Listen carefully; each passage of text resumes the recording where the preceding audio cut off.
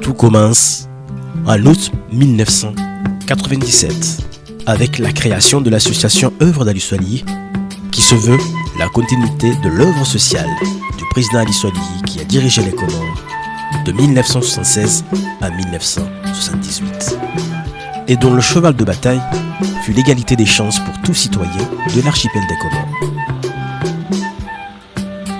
L'égalité des chances passe par l'éducation. C'est pour cela que la première action de l'association a été d'organiser la récolte de fournitures scolaires et de médicaments.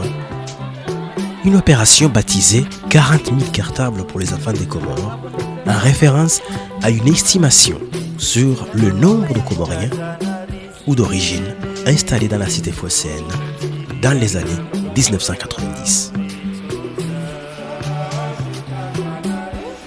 Après 2 ans de travail, de rencontres, de mobilisation et d'organisation de plusieurs activités culturelles qui ont vu la participation de dizaines d'artistes, journalistes et anonymes, ont permis l'envoi d'un conteneur en Grande Comore.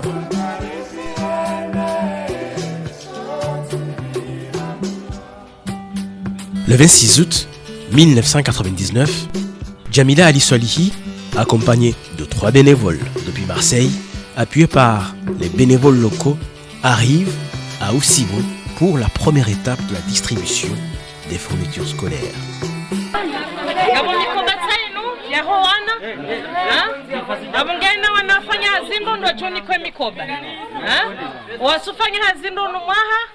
wajufanya zindo muhane wajoni kiwa tena kamgwa benzi gabuka yetso zinu zinzahe mafundi wa hao ziju wasaidia wawasome. Cette même année, l'école primaire de Oussivo comptait un effectif de 180 élèves pour seulement 2 enseignants. Rinikiwa emabambuyano ahuja risaidie do saidia itwama ya Komoro do wana hatua na umwambia unokana mdomba zedu karna ukazabanu garuhendelea hazini. Dans chaque village, les adultes nous ont aidés à faire la distribution des fournitures et c'est tout naturellement qu'ils nous ont raconté la vie du village. De ngarithiwe magayo mema ni des fikra njema za Ali Swalihi batina siasa odaska tudunga siasa chale za fikra njema yewe ngo onojero hao lebo chef de village hapo waona fikra jio wanajawao yangu mimi taujipa haringa mjiviwa aukaya ekate do hambe kihangu abo yode kabila hangu ekalewo ngwapanyondo ngojema abonga zinjibi za haku shekare do hamba yekinti yabo izo ndizo rajomba zinesho haruma yensi ndohunda wana ikaongwa jodunga zitare hizenjema shati do ujawano ikawo hamade hele maharaesh rakahunda wana wakaurenga imadzina yaho wema ukandayo warumiao shazitelwa zondabo ikari hundwandu hamada wana ikawo leo kwatsulenga politiki waiminya wairumie habo ikazabo makuziju nawo wendo fanya lakibu shawandu hamada wanika waonesa uka yondeze ngawe mwongozi wali Swalihi do usaidia wananchi wayeshi ngea je yake warenga ya waru. Ces paroles qui nous ont été révélées nous ont fait prendre conscience des difficultés économiques, familiales, éducatives et sociales que subissent la population. Les conséquences de la non-existence d'une économie stable a provoqué au cœur de la jeunesse comorienne, en 1999, un taux de 91% d'échecs au baccalauréat à l'échelle nationale. Et des fois, on y va, il y a les profs qui s'absentent, qui n'arrivent pas. On peut passer une journée, 7h à midi, sans rien apprendre. Et là, c'est insupportable.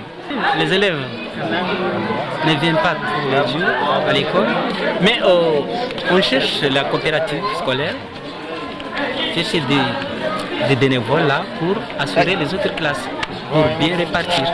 Et le seul enseignant prend par exemple la classe de CP pour faire vivre l'école, vous voyez.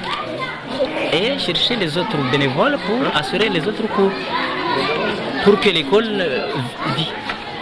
Et vous avez combien de bénévoles à peu près qui travaillent avec vous? Alors on a 6 classes, alors on a 5 bénévoles. L'immobilité de l'État qui a provoqué l'effondrement du système éducatif a vu la création de bibliothèques et de centres de lecture, comme ici à Mbéni. Et tout cela a pu se réaliser grâce à la volonté privée de certaines personnes et d'associations. 20 ans après la réalisation de l'opération 40 000 cartables, le constat est toujours alarmant. D'où la volonté de Djamila Aliswali de passer de l'association à la Fondation Mtachia. Dans l'éducation, comme dans plusieurs domaines, des forces se sont mobilisées. Dans le village de Douniani-Amboulé, le courage et la volonté de ses habitants ont permis à la construction de 3 écoles, une maternité et une banque de coopération agricole. C'est les gens du village qui font tout, la maternité, l'installation de l'électricité, tout ce qui concerne le développement du village, c'est que les gens du village qui le font.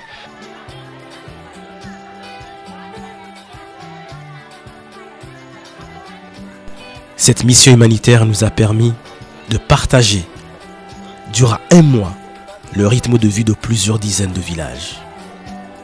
Expérience dont on peut rester indifférent. Le regard des enfants, le courage des mères et la dignité des hommes nous ont marqués à jamais. Ensemble, nous pouvons changer les choses. Avec la Fondation Mtachia. Et l'histoire est le seul juge.